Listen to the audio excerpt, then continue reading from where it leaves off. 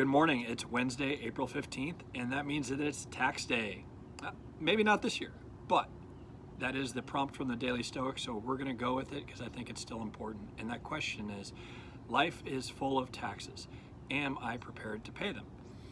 The quote often attributed to Benjamin Franklin is, "But in this world, nothing can be said to be certain except death and taxes." But the reality is that many more things in life are inescapable, and many of them are things like death and taxes that we would like to avoid. But just consider a couple other examples. You will experience unexpected pain at some point. Someone will inevitably do you wrong. It will rain on a day when you have plans to do something outside. That first workout back after an idle vacation is going to suck. But we can better equip ourselves to handle these situations if we apply the 3 Stoic principles of perception, action, will. Now, firstly, our perception, our ability to see things clearly and objectively matters immensely, and it sets everything else up. And there are 2 aspects to consider here. First is recognition and then interpretation. So on the former, Seneca says, "Nothing will ever befall me that I will receive with gloom or a bad disposition. I will pay my taxes gladly." Now, all the things which cause complaint or dread are like taxes of life, things from which you should never hope for exemption or seek escape. So we have to recognize these events for what they are, which is inevitable.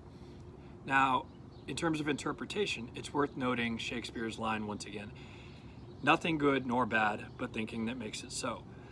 But sometimes that can be really challenging when considering situations that we would say are universally undesirable.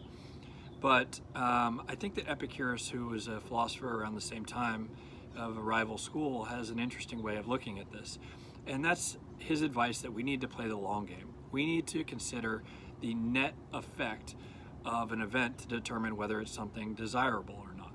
So if that net effect is positive, then we should look at it from a positive perspective. So for example, when you have to pay your taxes, writing that first check is a bit painful at that initial moment. But if we assume that the funds are put to good use and that the quality of our life improves as we receive the basic services that we would not have access to otherwise, then we can consider this event as something that is desirable. And using this framework can help us provide an alternative perspective for objectively assessing a situation. Now, once we have that proper recognition and interpretation in place, it allows us to focus on the will, or the willing full acceptance of things that we cannot change.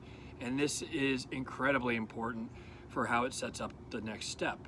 Cleanthes said, "The fates guide the person who accepts them and hinder the person who resists them."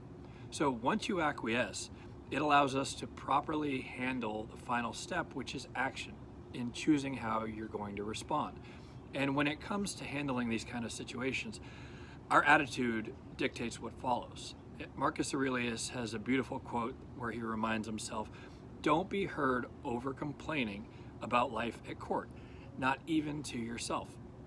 And this is something that we have to train ourselves to do. It's something that with enough practice, it can become more second nature as our default response to bad situations. And here's the simple guidance: don't complain.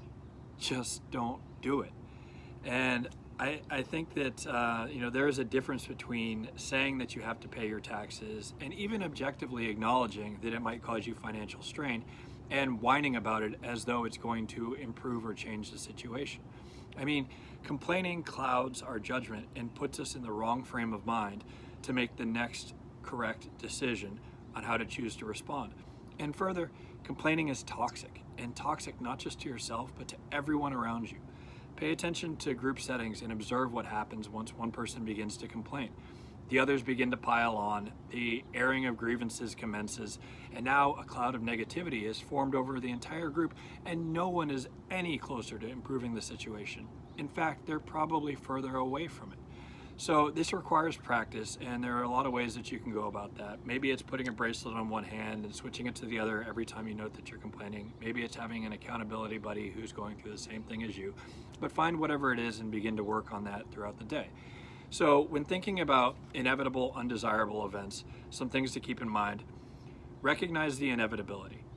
accept that which you cannot change. Try to play the long game and see the net benefit. And if you still can't, do your best to avoid complaining and focus your actions where they have the most impact and can make the best of a situation. Hope you found that useful. Have a great day.